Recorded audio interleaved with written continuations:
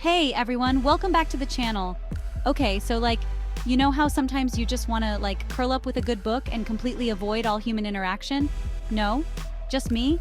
Well, even if you don't relate, today we're diving into the fascinating world of introverts. And get this, did you know there are actually different of introverts? Like what? I know, right? It's wild. So, if you've ever wondered what kind of introvert you are, or maybe you just need a break from that one super extroverted friend who won't stop talking, this video is for you. Let's find out which one you are.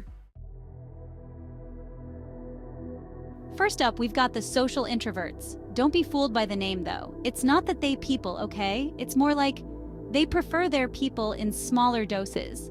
Think like intimate gatherings with close friends, deep conversations over crowded parties, you know?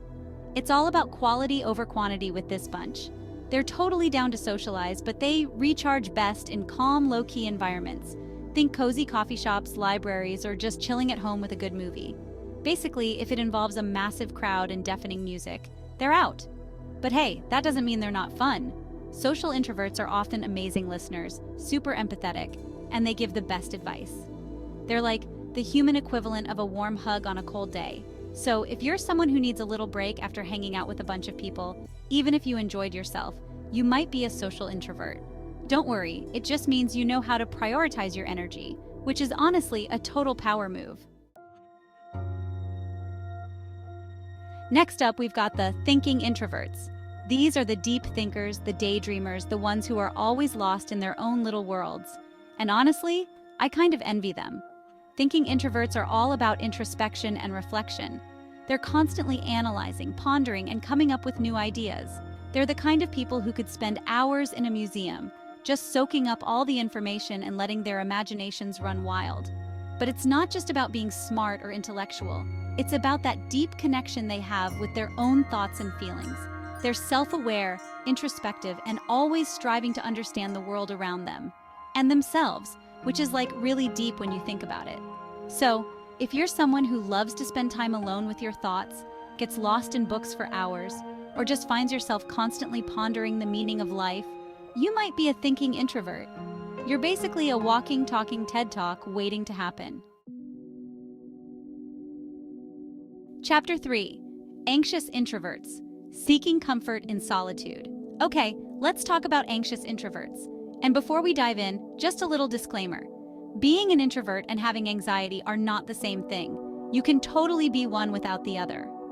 That being said, anxious introverts often feel a little, in social situations.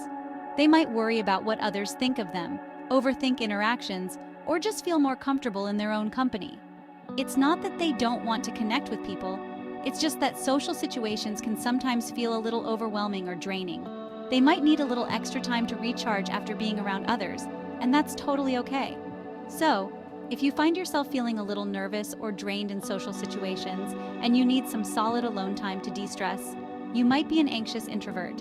Remember, it's totally fine to set boundaries and prioritize your mental well-being. Self-care is key, people. Chapter 4. Restrained Introverts. The thinkers, not the talkers. Last but not least, we have the restrained introverts. These are the thoughtful, deliberate types who like to take their time before speaking or acting. They're not about impulsive decisions or jumping into things headfirst. Restrained introverts are all about observation and contemplation. They like to process information carefully, weigh their options, and make sure they're making the best possible choices. Basically, they're the friends you go to for advice because you know they've thought it through from every angle. They might not be the loudest voices in the room, but when they do speak, everyone listens. Their words carry weight because they're thoughtful, insightful, and always backed by careful consideration. So, if you're someone who likes to take their time, thinks before they speak, and values a calm and measured approach to life, you might be a restrained introvert. You're basically the definition of cool, calm, and collected. So, which type of introvert are you? Are you a social butterfly in small doses, a deep-thinking philosopher, an anxiety-aware legend, or a master of thoughtful contemplation? Let us know in the comments below. And remember, no matter what type of introvert you are, there's absolutely nothing wrong with embracing your introverted tendencies. In fact, it's your superpower. Don't forget to like, subscribe, and hit the bell icon for more interesting content. Thanks for watching, and see you next time.